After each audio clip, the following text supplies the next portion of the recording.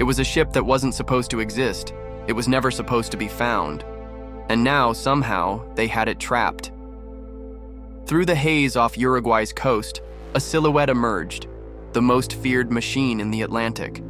The pocket-battleship, Graf Spee.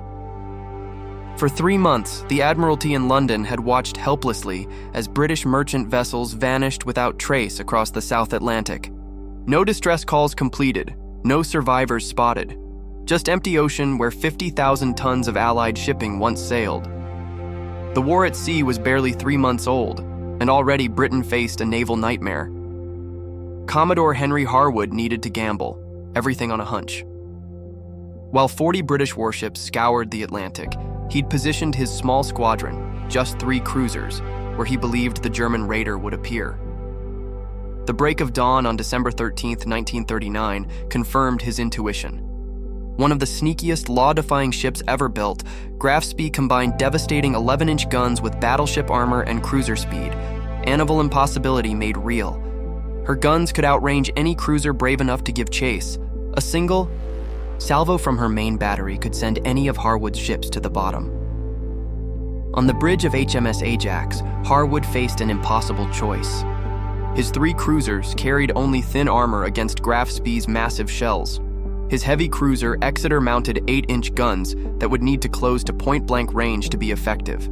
His light cruisers Ajax and Achilles carried only 6-inch weapons, like bringing pistols to a rifle fight. One commander was about to make a catastrophic mistake. When Britain and France declared war against Germany on September 3, 1939, neither side was ready for such a grand war barely 2 decades after the last one ended. Though Britain's army was small and the Royal Air Force was still modernizing, at sea the Royal Navy remained unmatched. With a force of nearly 2,500 vessels, including 15 battleships, 8 aircraft carriers, and more than 60 cruisers supported by destroyers, submarines, and armed merchant ships spread across the globe.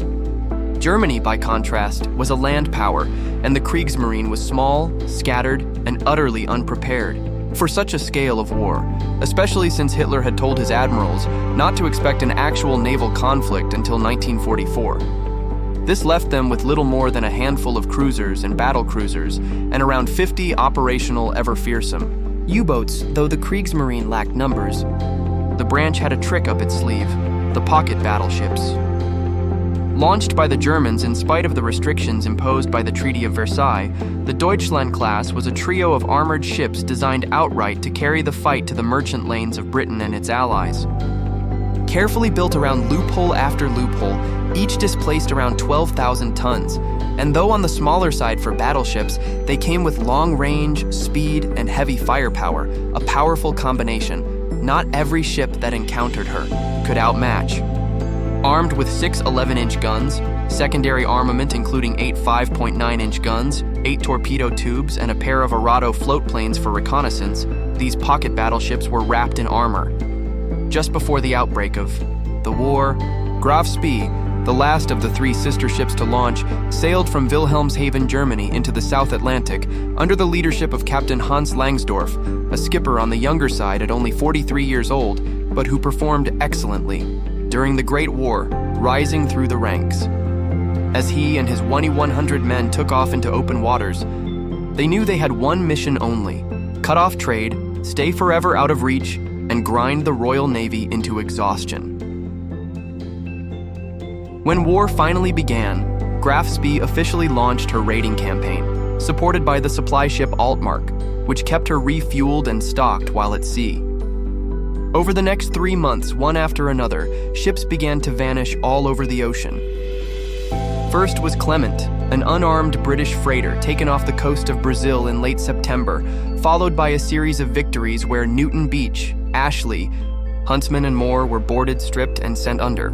During her missions, Graf Spee frequently used false flag tactics and silhouette modifications to appear as a non-threatening merchant, or even another type of warship at long distances, buying crucial hours to slip away before being identified.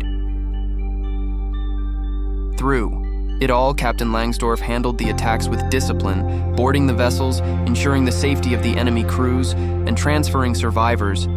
A careful and gallant old-school approach that earned him a reputation as a professional adversary. Before the first week of December was over, 9 ships and nearly 50,000 tons of Allied shipping would be lost forever. By then, the Royal Navy was running out of good news. In addition to Spee's antics, in a little more than 8 weeks, Britain had already lost the carrier Courageous, the battleship Royal Oak, and the cruiser Rawalpindi, all sunk in supposedly safe waters. The British were in dire need of a victory, and somewhere near the River Plate, a German raider was still at large. Dozens of Allied warships swept these seas for the elusive Graf Spee, and the search was finally tightening. Though Enigma decrypts weren't fully operational in 1939, British naval intelligence was already monitoring Kriegsmarine communications, revealing hints of Graf Spee's supply patterns and position. On December 2nd, a small squadron made up of the heavy cruiser Exeter and the light cruisers Achilles and Ajax, led by Commodore Henry Harwood, were patrolling the southeastern coast of South America when radio operators picked up a distress call from Graf Spee's latest victim, Doric Star, right before she sunk off the coast of South Africa. For Harwood, it was the break he had been waiting for. Estimating that the German ship would turn west and head nearby toward the River Plate, a stretch of water between Argentina and Uruguay where shipping was heavy and targets were plenty, he turned his squadron north without hesitation, hoping to intercept the raider once and for all. At first light on December 13th, the British squadron moved steadily through the South Atlantic, the sea calm beneath them as the new day began. Just after 6 in the morning, a lookout spotted smoke on the not-so-distant horizon. From the deck of Ajax, Commodore Harwood ordered Exeter to investigate. With this, Captain Frederick Secker Bell, commanding officer of Exeter, swung the cruiser out of line, the morning silence breaking as she picked up speed. Moments later, signal from the ship flashed back across the water to her 2 teammates. Quote, "I think it is a pocket battleship." Without hesitation, Bell signaled to his team, making it official. A German ship was in sight. At first light on December 13, 1939, a lookout aboard Graf Spee spotted the faint outline of 2 masts on the horizon.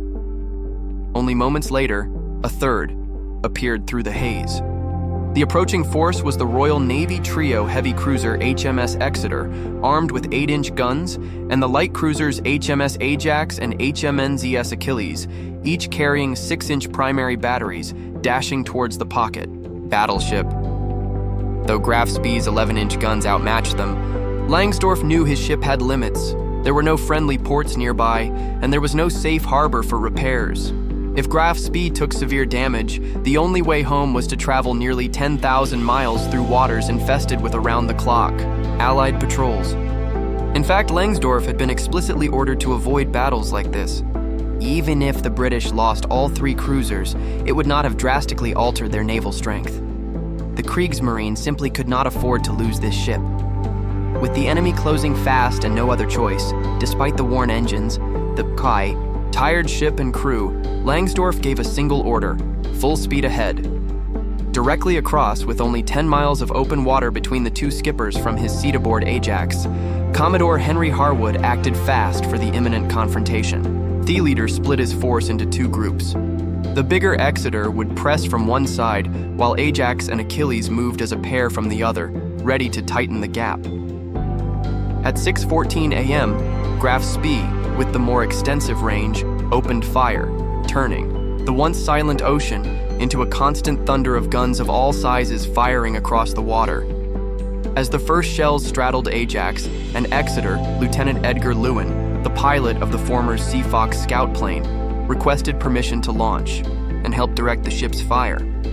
Captain Charles Woodhouse, Ajax's skipper, quickly gave the order, warning that since X and Y turrets were firing at full speed, there would be no way to pause to clear the catapult.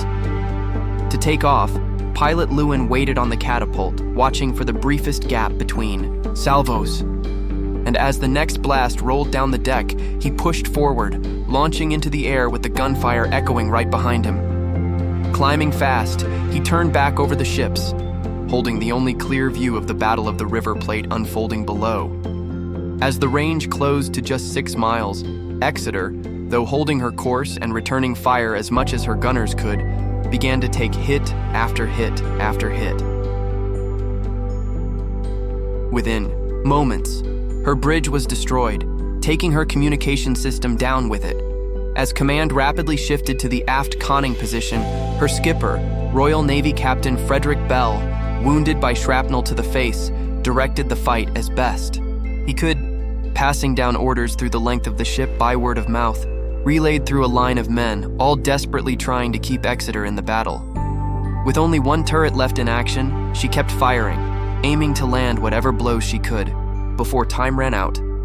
But the damage was mounting with every minute. Through it all, Graf Spee stayed locked onto her, determined to finish the fight, sending shell splinters from near misses cutting through the decks and tearing into exposed positions. By 7:00 a.m., as Graf Spee slipped behind her smokescreen, Exeter's men were given a brief chance to assess the damage and attempt repairs. Soon, they found out that Exeter was nearly out of options. Her forward turrets were silent, and only Y turret was still firing, working on local control without central coordination. Fires had broken out below decks, and the damage stretched across the ship. Telephone lines were down, only one 4-inch gun could still be brought to bear, and both of her aircraft had been launched overboard to clear space. Wireless communications were gone, but below the waterline, the engine room remained intact. With little left to salvage, Exeter could no longer hold the line. As she withdrew, Graf Spee kept her attention fixed on the damaged cruiser, unaware of just how badly she had been hit and still determined to sink her. But before the final blow could land, Ajax and Achilles moved. Seeing Exeter falling back, battered and burning, Commodore Harwood ordered to close the distance at full speed, knowing exactly what it meant. Ajax and Achilles carried only 6-inch guns, nowhere near enough to match Graf Spee's heavier armament. But if they did nothing, Exeter would be finished. The cruisers raced in, firing as they went, landing occasional hits that forced Graf Spee to shift her attention. This was enough to buy Exeter a way out, turning south to escape. For a moment, the plan worked. The German fire slowed. Secondary guns went quiet, almost as if Graf Spee's gunners lost focus, unsure which target to address first. But before the Brits could catch their breath, the powerful and hungry German guns returned to work. Now it was Ajax and Achilles taking the worst of it, their thinner armor simply no match for shells built to break far stronger ships. From one moment to another British defeat felt dangerously close. By 7:40 a.m., with the damaged Exeter behind the safety of a smokescreen as she limped south and out of the fight, Harwood ordered Achilles and Ajax to lay another smokescreen and withdraw. The new plan was to regroup, stay as close as possible to the enemy ship to track her every move, and hope for another chance to finish what they had started once the night fell. It was hard for the battered and tired sailors and officers to see how the fight could turn in the Royal Navy's favor. From the decks of the remaining cruisers, as Graf Spee steered west towards the coast, it still seemed as though the elusive and feared German ship was barely touched. Her guns were still firing precisely, and Exeter was already out of action. From afar, the German ship remained fully capable of continuing the battle, and winning against her seemed a nearly impossible challenge. As Captain W.E. Perry of Achilles later recalled, quote, "When the action was broken off, my own feelings were that the enemy could do anything he wanted to. He showed no sign of being damaged. His main armament was still firing accurately. The Exeter was evidently out of it, and so he only had 2 small cruisers to prevent him attacking the very valuable River Plate trade." But their enemies saw a very different picture. As it turned out, the damage to Graf Spee was far worse than the British realized. Amid the naval melee, a single 8-inch shell tore through her fuel system. Vital systems were damaged, repairs would take days, and worse still, with the fuel now contaminated and no way to clean it at sea, the engines were running on borrowed time, 16 hours of endurance at the most. Reaching Germany, across $8,000 miles of ocean and through the Allied blockade, was no longer an option. And with the raider now sighted, more British ships were surely already on their way. With nearly every port in the South Atlantic either neutral or under British control, the skipper turned toward Uruguay's port of Montevideo. Though its Shallow, narrow channels were too dangerous for a ship of Graf Spee's size. There was no other choice. The Kriegsmarine ship would have to venture into Latin American ports.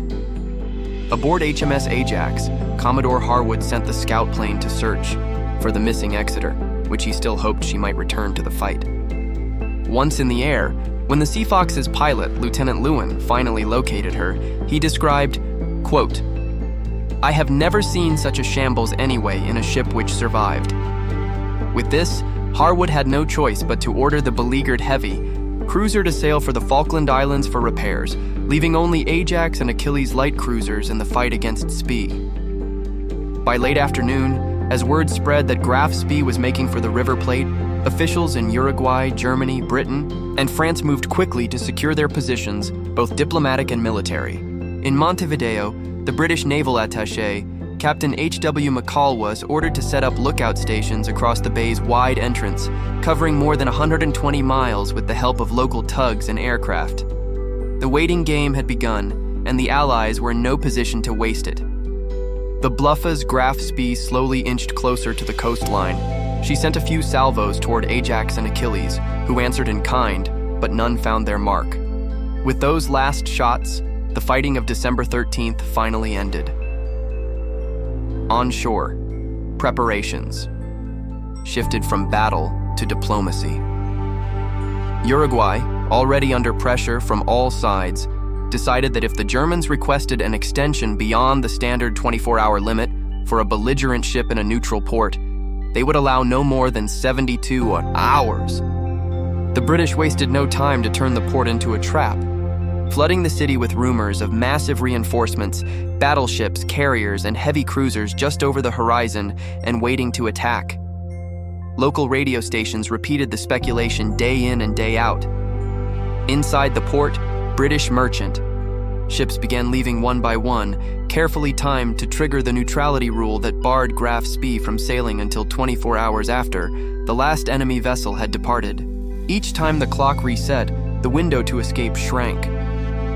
The reality was that just outside the 3-mile limit, the only ships standing between him and the open sea were the same 2 light cruisers that had been fighting him since morning, now slightly battered and low on ammunition.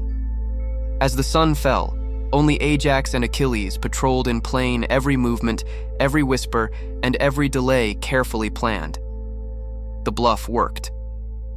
Langsdorff, who pondered making a break for friendlier Argentina, became convinced that any attempt to escape would end in disaster, completely unknowing that very little stood in his way.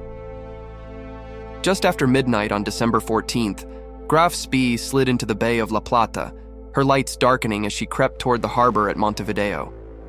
In the stillness of the night, she dropped anchor and settled with the tide, quiet and unmoving, her outline just visible against the glow of the city beyond. A Kriegsmarine ship in South America on the morning of December 14th, hundreds of locals lined the banks and buildings of Montevideo's port, watching feverish activity aboard Graf Spee. There, Captain Langsdorff was learning that while he was the master of all decisions at sea and on land, he was caught between a wide circle of competing pressures. There was Otto Langmann, the German ambassador, speaking on behalf of Berlin, and Alberto Guani, Uruguay's foreign minister. Behind the scenes, Brit Eugen Millington Drake, leading the diplomatic effort to keep Graf Spee trapped in port, and Naval Attaché McCall worked quietly with intelligence to ensure the deceit. While they pushed for Graf Spee's expulsion after 24 hours and the Germans requested 2 weeks for repairs, Uruguay held firm.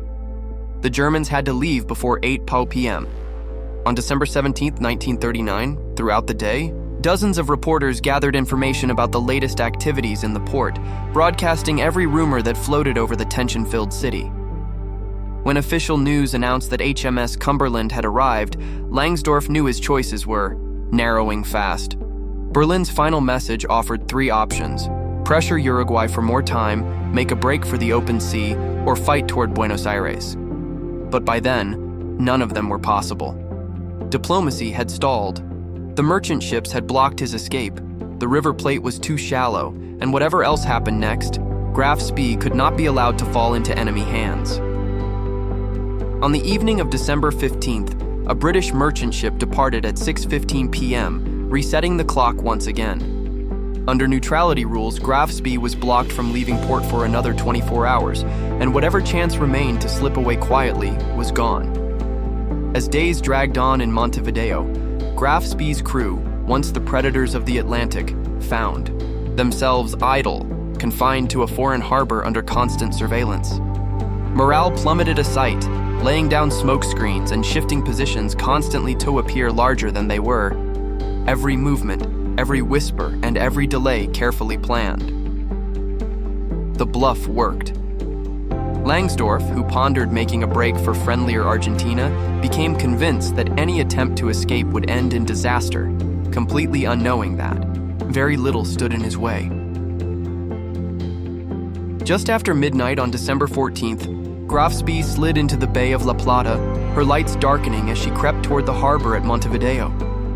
In the stillness of the night, she dropped anchor and settled with the tide quiet and unmoving, her outline just visible against the glow of the city beyond.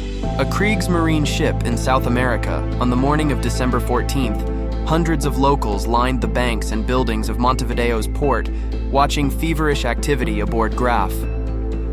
There, Captain Langsdorff was learning that while he was the master of all decisions at sea and on land, he was caught between a wide circle of competing pressures.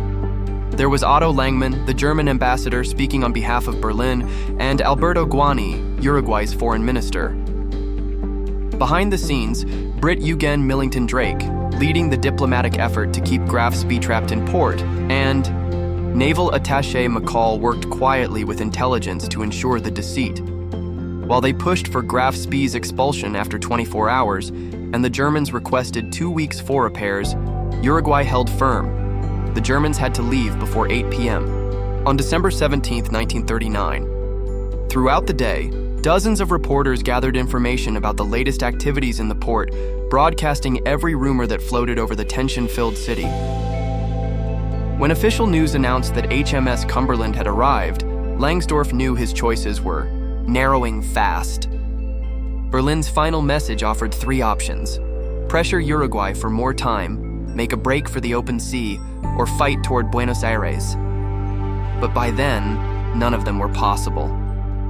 Diplomacy had stalled. The merchant ships had blocked his escape, the River Plate was too shallow, and whatever else happened next, Graf Spee could not be allowed to fall into enemy hands. On the evening of December 15th, a British merchant ship departed at 6:15 p.m., resetting the clock once again. Under neutrality rules, Graf Spee was blocked from leaving port for another 24 hours, and whatever chance remained to slip away quietly was gone.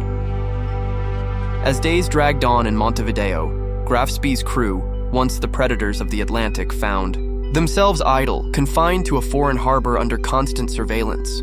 Morale plummeted as rumors swirled about incoming British battleships. With little information from the outside world, anxiety festered below decks. The following night, Langsdorff gathered his officers and finally set the cards out on Theodable.